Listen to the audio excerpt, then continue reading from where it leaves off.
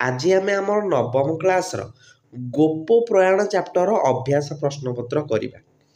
ताहले 1 नंबर देला गोपबंधु उद्देश्य रे कवितार व्यवहृत शब्द गुड़िक लेख। ताहले महावीर, ओडिया जातिर मथामणि, महाजन, दरिद्र नारायण, पूज्यजन आ कर्मवीर विषय लिखाई।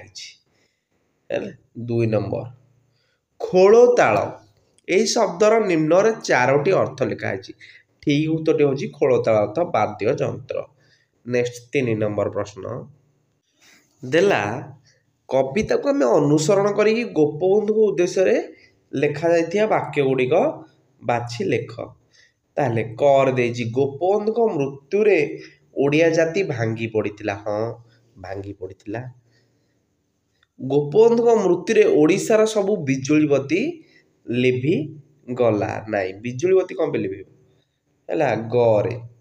गोपबंधु जाति वर्ण धर्म निर्विशेष रे समस्तंकर प्रिय थिले। एटा भी कटा है आमर आउ गटा है खनु घ।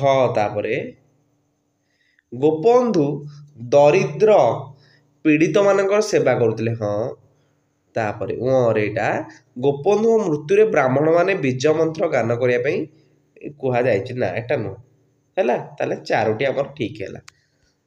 तीनोटी ठीक हैला तीनोटी। 4 नंबर प्रश्न ए शब्द वाक्य सह समासर नाम लिखिबा हैला। ताहाले महावीर महावीर कौन महान व्यासवाक्य कौन हम महान अटे वीर आ समासर नाम कर्मधारय समास। कूलबधु कूलर बधु षष्ठी तत्पुरुष समास। पूज्यजन पूज्य अटे जन एटा कर्मधारय समास। तापरे खोलताल खोलताल द्वंद्व समास। अश्रुनीर अश्रु अटे नीर कर्मधारय समास। मथामणि मथारामणि षष्ठी तत्पुरुष सेपरी प्राणप्रिय प्रिय प्राण परी उपमित कर्मधारय समास।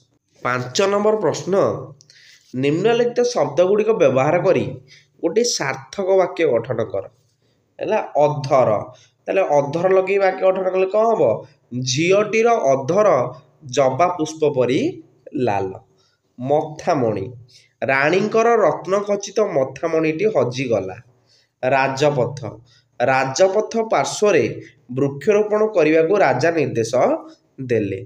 स्वर्गत स्वर्गत पिता स्मृति रे रामबाबू एक पाठागार स्थापन कले।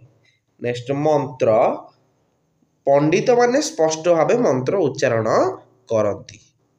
प्रिय प्रिय कौन हम अर्जुन श्रीकृष्ण प्रिय सखा थिले। धर्म पृथ्वी रे प्रचलित समस्त धर्म मध्य मानव धर्म ही श्रेष्ठ धर्म। 6 नंबर विपर्त शब्द लिखे सम्मान रो असमान धर्म अधर्म दरिद्र धनी मरण है जन्म पुण्य है पाप। 7 नंबर ठीक अर्थटी को बाछि लिखिबा हैला। गवाक्ष गवाक्ष अर्थ कौन गवाक्ष अर्थ है झरका है झरकाटा हूँ ठीक उत्तर है। तापरे महाप्रयाण महाप्रयाण अर्थ मृत्यु। अनिकिनी अनिकिनी अर्थ कौन चतुरंग सैन्य। घरे जनपदवासी जनपदवासी अर्थ हम लोकालय बा ग्रामवासी हूँ ठीक उत्तर। तापरे 8 नंबर प्रत्येक शब्द गुच्छरु अलग शब्दटी को आम बाछिबा है। अधर कपाल पापुली बंकुली चरण पिला माने एरा सब कौन कपाल हो चरण हो पापुली हो आम देहर कि बंकुली हूँ बाड़ी एटा अलग है। तापरे पतका नेत कात बाना केतन एटा कात। तापरे पानी जल अश्रु है नीर जीवन पानी सब ये अश्रुटा अलग। तापरे खोल मृदंग ढोल खंजणी महुरी महुरी। तापरे कांगाल दरिद्र अभावी कपुड़ी निर्जन सब आर अर्थ कपुटा अलग। 9 नंबर एपट सेपट ही लिखा है ठीक लिखा ये कौन हम अंधकार देख ठीक करी। अनिकिनी महाजन करताल कर्म वीर।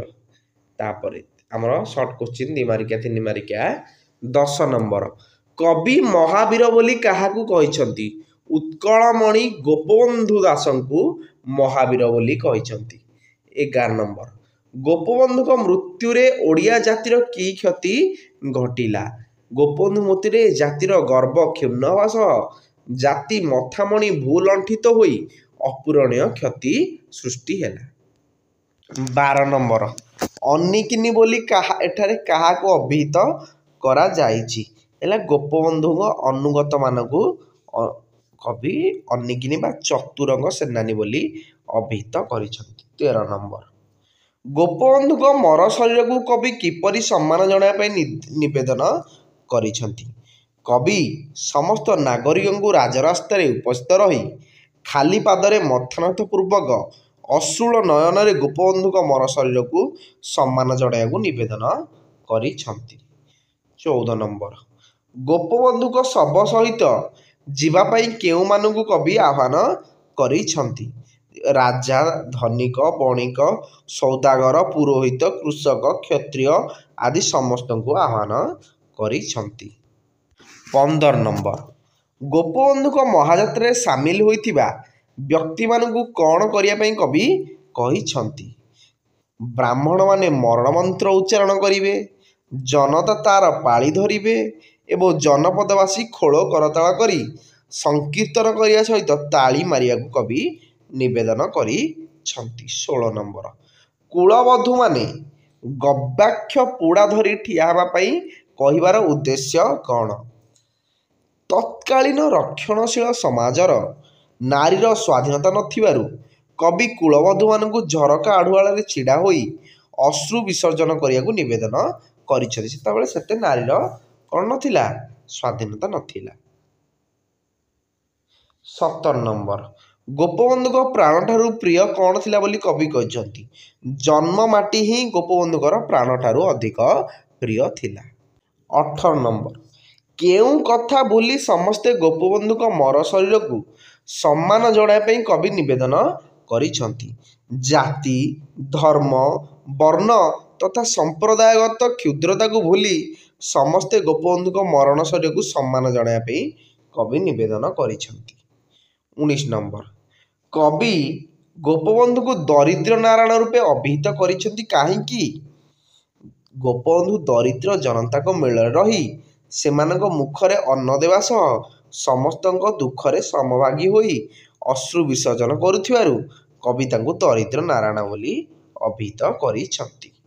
20 ନମ୍ବର ଗୋପବନ୍ଧୁଙ୍କ ମର ଶରୀରକୁ ଓଡ଼ିଆ ଜାତି କାହିଁକି ସମ୍ମାନ ଦେବେ? ଗୋପବନ୍ଧୁଙ୍କ ପୁଣ୍ୟକର୍ମ ବଳରେ ଓଡ଼ିଶାର ମାଟି ପବିତ୍ର ହୋଇଥିବାରୁ ଓଡ଼ିଆ ଜାତି ତାଙ୍କ ମର ଶରୀରକୁ ସମ୍ମାନ ଦେବେ। 21 ନମ୍ବର ଓଡ଼ିଆ ଜାତି ଗୋପବନ୍ଧୁ କିପରି ସମ୍ମାନ ଜଣାଇବେ? ଶବ ଶୋଭାଯାତ୍ରାରେ ସମ୍ମିଳିତ ହୋଇ ଓଡ଼ିଆ ଜାତି ନିଜର କୋଟି ମସ୍ତକକୁ ଅବନତ କରି ଅଶ୍ରୁଳ ଶ୍ରଦ୍ଧାଞ୍ଜଳି ଜ୍ଞାପନ ପୂର୍ବକ ଗୋପବନ୍ଧୁଙ୍କୁ ସମ୍ମାନ ଜଣାଇବାକୁ କବି କହିଛନ୍ତି। 22 ନମ୍ବର ପ୍ରଶ୍ନ ପିଲାମାନେ ମରଣ କେଉଁ କଥା ଜାଣିବା ଆବଶ୍ୟକ ବୋଲି କବି କହିଛନ୍ତି? କର୍ମବୀର ଗୋପବନ୍ଧୁ ଆମର କେତେ ପ୍ରିୟ ଥିଲେ ତାହା ମରଣ ଜାଣିବା ଆବଶ୍ୟକ ବୋଲି କହିଛନ୍ତି। 23 ନମ୍ବର କର୍ମବୀରଙ୍କ ପ୍ରତି ପ୍ରିୟ ଭାବ ଜନତା କିପରି ପ୍ରକାଶ କରିବେ? ଖୋଳତାଳର ସଂକୀର୍ତ୍ତନରେ ପରିବେଶକୁ ମୁଖରିତ କରି ବରବଧୂମାନେ ଅଶ୍ରୁ ବିସର୍ଜନ କରି ଶୋକାକୁଳ ପରିବେଶ ସୃଷ୍ଟି କରିବା ଦ୍ୱାରା ହିଁ ଜନତା କର୍ମବୀରଙ୍କ ପ୍ରତି ପ୍ରିୟ ଭାବ ପ୍ରକାଶ କରିପାରିବେ। 24 ନମ୍ବର କବି ଉକ୍ତ କବିତାରେ ଗୋପବନ୍ଧୁଙ୍କ ପାଇଁ କେଉଁ କେଉଁ ବିଶେଷଣ ପ୍ରୟୋଗ କରିଛନ୍ତି? କବି ଉକ୍ତ କବିତାରେ ଗୋପବନ୍ଧୁ ପାଇଁ ମହାବୀର, ମହାଜନ, ଓଡ଼ିଆ ଜାତିର ମଥାମଣି, ଦରିଦ୍ର ନାରାୟଣ ଓ କର୍ମବୀର ବିଷୟମାନ ପ୍ରୟୋଗ କରିଛନ୍ତି। 25 ନମ୍ବର କେଉଁ ଘଟଣା ପାଇଁ ଘରେ ଘରେ କ୍ରନ୍ଦନ ରୋଳ ବାଜି ଉଠିଲା? ଉତ୍କଳମଣି ଗୋପବନ୍ଧୁଙ୍କ ମହାପ୍ରୟାଣରେ ଓଡ଼ିଶାର ଘରେ ଘରେ କ୍ରନ୍ଦନ ରୋଳ ବାଜି ଉଠିଲା। 26 ନମ୍ବର କବି ଗୋପବନ୍ଧୁଙ୍କୁ ମହାଜନ ବୋଲି ସମ୍ବୋଧନ କରିବାର ତାତ୍ପର୍ଯ୍ୟ କ'ଣ? ଉତ୍କଳମଣି ଗୋପବନ୍ଧୁ ଥିଲେ ସତ୍ୟ, ସେବା, ତ୍ୟାଗ, ଅହିଂସାର ମୂର୍ତ୍ତିମନ୍ତ୍ର ବିଗ୍ରହ। ମାତୃଭୂମି ତଥା ଓଡ଼ିଆ ଜାତିର ଉନ୍ନତି ପାଇଁ ସଦା ବ୍ୟାକୁଳ ଥିବା ସେହି ମହାନ ବ୍ୟକ୍ତିଙ୍କୁ କବି ଯଥାର୍ଥରେ ମହାଜନ ବୋଲି ସମ୍ବୋଧନ କରିଛନ୍ତି। 27 ନମ୍ବର, ସମସ୍ତ ପ୍ରକାର ସମ୍ପର୍କୀୟତାକୁ ଭୁଲି ଗୋପବନ୍ଧୁକୁ ସମ୍ମାନ ଦେବା ପାଇଁ କବି କେଉଁମାନଙ୍କୁ ଆହ୍ୱାନ କରିଛନ୍ତି? ସମସ୍ତ ପ୍ରକାର ସଂକୀର୍ଣ୍ଣତାକୁ ଭୁଲି କବି ସନାତନୀ, ଖ୍ରୀଷ୍ଟିଆନ ତଥା ମୁସଲମାନ ସମ୍ପ୍ରଦାୟର ଲୋକମାନଙ୍କୁ ଆହ୍ୱାନ ଦେଇଛନ୍ତି। 28 ନମ୍ବର, ଧର୍ମର ଊର୍ଦ୍ଧ୍ୱରେ ରହି ଗୋପବନ୍ଧୁ କାହା ମୁଖରେ ଅନ୍ନ ଦେଉଥିଲେ? ଗୋପବନ୍ଧୁ ନିରୀହ ଜନତା ମୁଖରେ ଅନ୍ନ ଦେଉଥିଲେ। 29 ନମ୍ବର, ଗୋପବନ୍ଧୁ ଦରିଦ୍ରଙ୍କ ମୁଖରେ ଅନ୍ନ ଦେଲାବେଳେ କ'ଣ ଭୁଲି ଯାଉଥିଲେ? ଜାତି, ଧର୍ମ, ବର୍ଣ୍ଣ ଭୁଲି ଯାଉଥିଲେ। 30 ନମ୍ବର, ଗୋପବନ୍ଧୁଙ୍କ ସବାଧାରରେ ଜନତା ଚରଣନଗ୍ନ କରି ଯିବା ପାଇଁ କବି କାହିଁକି ନିବେଦନ କରିଛନ୍ତି? ପାଦୁର ପାଦକା ବାହାର କରି ଦେବତାଙ୍କୁ ଭକ୍ତିର ଅର୍ଘ୍ୟ ଅର୍ପଣ କରାଯାଏ। ତେଣୁ ଦେବୋପମ ବ୍ୟକ୍ତି ଗୋପବନ୍ଧୁଙ୍କୁ ସମ୍ମାନ ଜଣାଇବା ପାଇଁ କବି ଜନତାକୁ ଚରଣନଗ୍ନ କରିବାକୁ ନିବେଦନ କରିଛନ୍ତି। ପିଲାମାନେ, ଏ ଥିଲା ଆମର 2 ମାର୍କିଆ 3 ମାର୍କିଆ। ଆମେ ନେକ୍ସଟ ପାର୍ଟରେ ଆମର ସପ୍ରସଙ୍ଗ ସରଳାର୍ଥ ଏବଂ ଲଙ୍ଗ କୋଶ୍ଚିନ୍ କରିଦେବା। ଧନ୍ୟବାଦ ପିଲାମାନେ।